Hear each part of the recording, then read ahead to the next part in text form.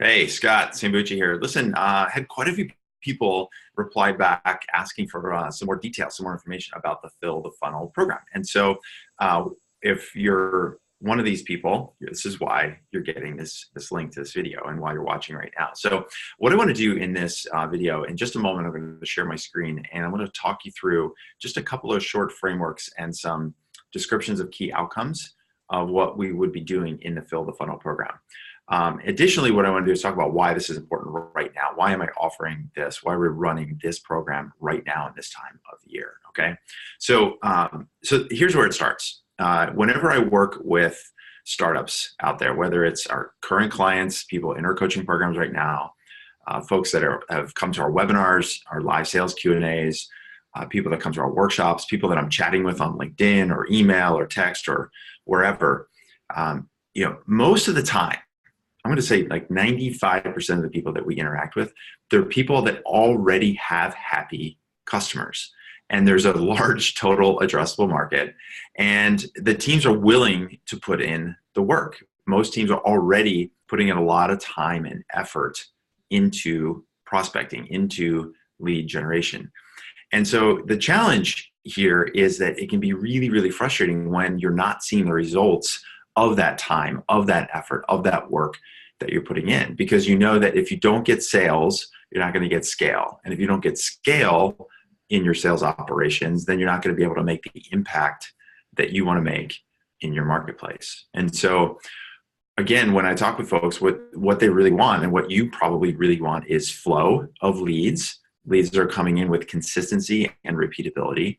You want those leads to have some level of qualification, so you're not having to sort through a big jumbled mess of people trying to figure out who's real and who's not. And most of all, you want to make sure that the people that you're talking with in your sales pipeline are people that are ready to take action right now. Because if you do those things, then you'll get what you really want, which is sales and scale and systems and the ability to make the impact in your marketplace. Okay. And so let me just share my screen here. Give me a second.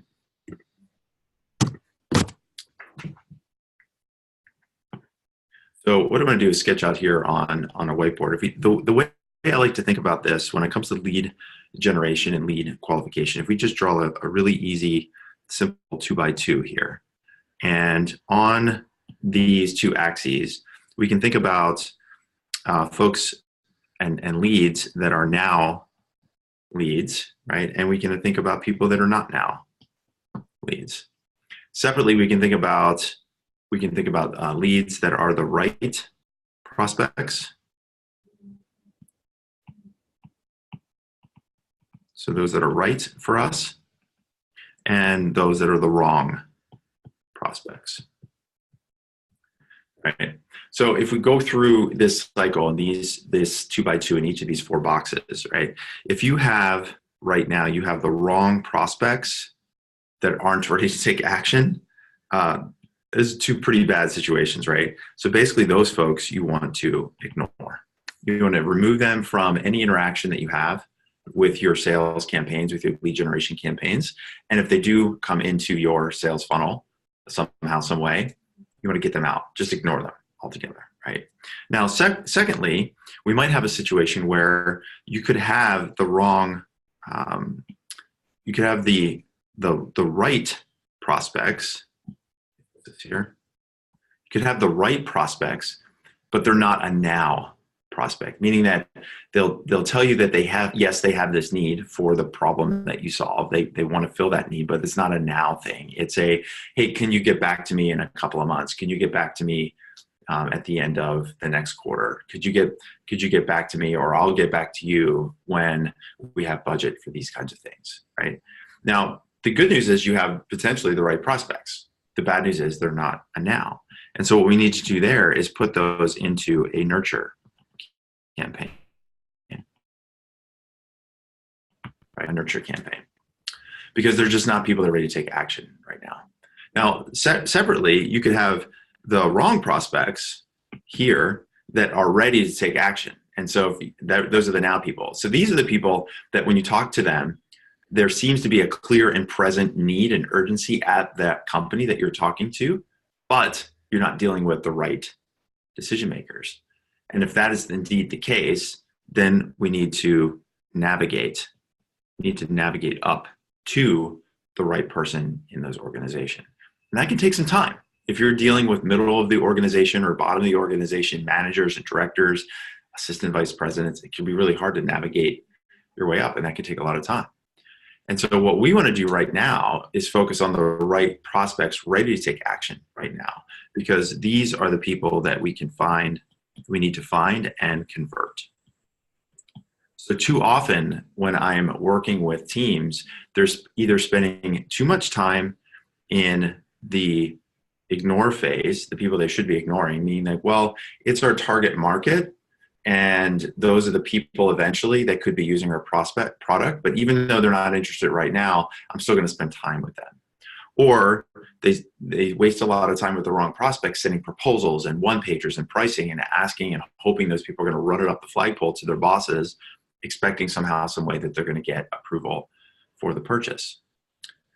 And then on the other side, when you have the right prospects, too often we see people that don't have the right nurturing sequence in place, both on the marketing side, but also on the sales side. Yes, on the marketing side, you have your content marketing that's going out every week or every couple of days across different mediums. But there's also a nurturing sequence that needs to happen on the sales side of the equation, not just keeping people on your list, but keeping them in front of you and you keeping in front of them. And most importantly, if we think about the sales opportunity that's out there, like we've already said that you've already got happy customers, you already have a large total addressable market, and you're willing to do the work. Well, at the end of the day, what that means is that we need to just make sure we build your sales systems, your lead generation systems, to focus here. It's just a matter of finding the people ready to take action and converting them, as opposed to trying to create urgency or hope that we get approval from somebody that can run the proposal up the flagpole, okay? So in order to do that, in order to find and convert the right prospects ready to take action right now, then the second thing we need to do is think about 4 P's in the sales prospecting, the sales lead generation process, okay? I'll just draw these out for you. Okay, so the first P that we need to think about is the person. The second is the place. The third is the purpose. And the fourth P here is the plan. Let me describe each of those. So when we're talking about the person here, specifically what we need to do is have our what's called our ideal customer profile. Some of you have read lots of literature on ICPs, ideal customer profiles. We call them perfect prospect profiles. We need to know exactly who is the kind of person who is ready to take action in our target market, in our target companies, right? This also includes knowing who are our buyer types. So who are all of the people that are going to be involved with the purchasing decision? Who's the economic buyer and the technical buyer and the user buyer and the product champion?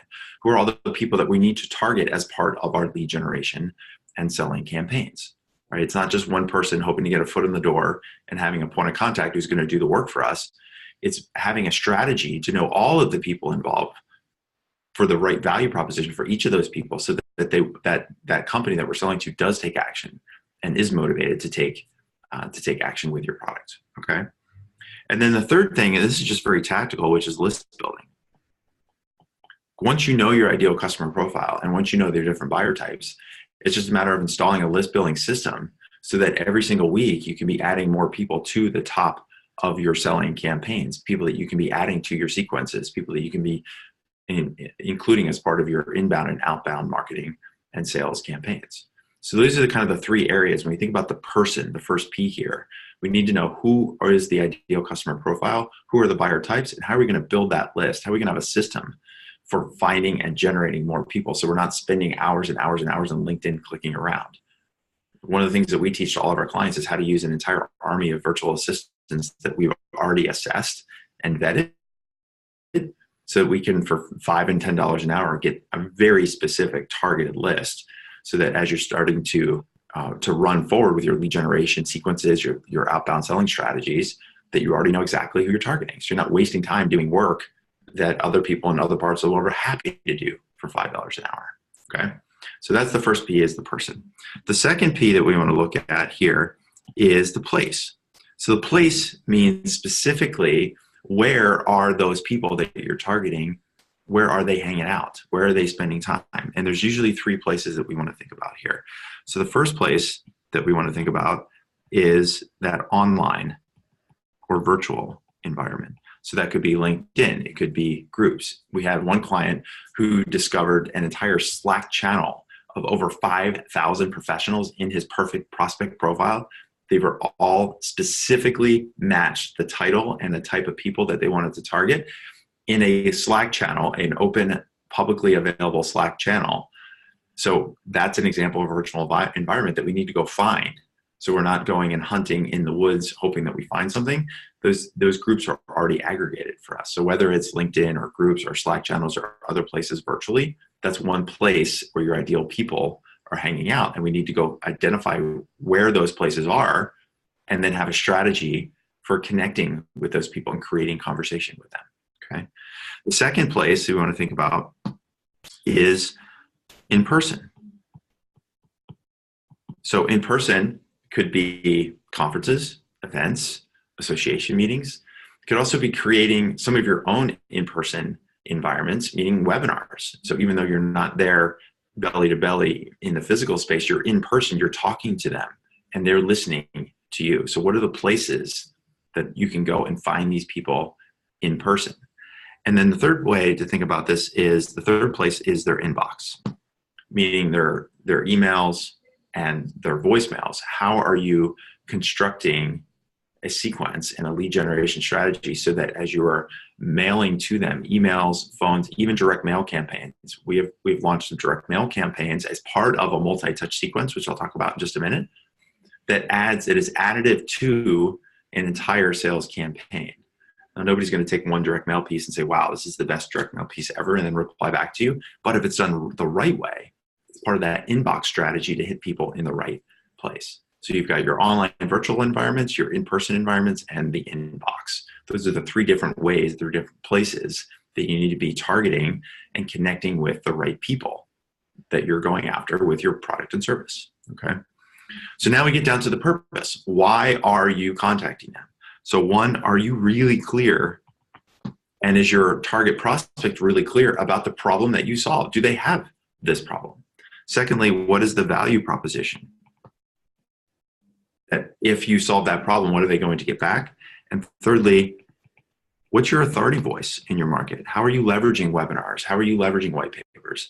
What's the purpose for reaching out to people besides, do you want to see a product demo? Like, what about teaching and educating your target market and giving them a purpose to engage with you aside from just, hey, look at the product, right? And finally, when we think about the plan, that's the combination of inbound versus outbound. What's your plan of action? How much inbound versus how much outbound? Secondly, what are your sequences? How are you doing executing on a multi-touch sequence, multiple times reaching out to every lead, and across omni-channel, meaning phone, email, in-person, LinkedIn, direct mail, webinars, white papers? What are all the ways, social media, LinkedIn, groups, what are all the ways across multiple channels that you are sequencing and connecting with that target person? What's that plan that you have? And finally, when it comes down to it, it's time boxing. Where and how are you allocating the time, your limited time and resources that you have available? So if we add this up, this is about finding the right buyers. It's about finding them at the right places. It's having the right reason, and it's having the right systems in place. And so when we look at how do you fill the funnel, how do you generate leads, how do you move leads from interested to engaged, and from engaged to buying, then you need to have the systems in place around the people or the persons that you're contacting, the places where you're contacting them, the right purpose for getting in touch with them, and having a very specific plan of action in order to execute on your lead generation and prospecting plan of action. So these are the two ways to be thinking about why, you should be looking at your fill the funnel strategies and why we're running this program right now. So if anything that I've shared with you here seems to make sense, if anything here seems like it resonates with where you are and where you need to be with your startup in the next 6 months, then let's have a conversation. Let's talk.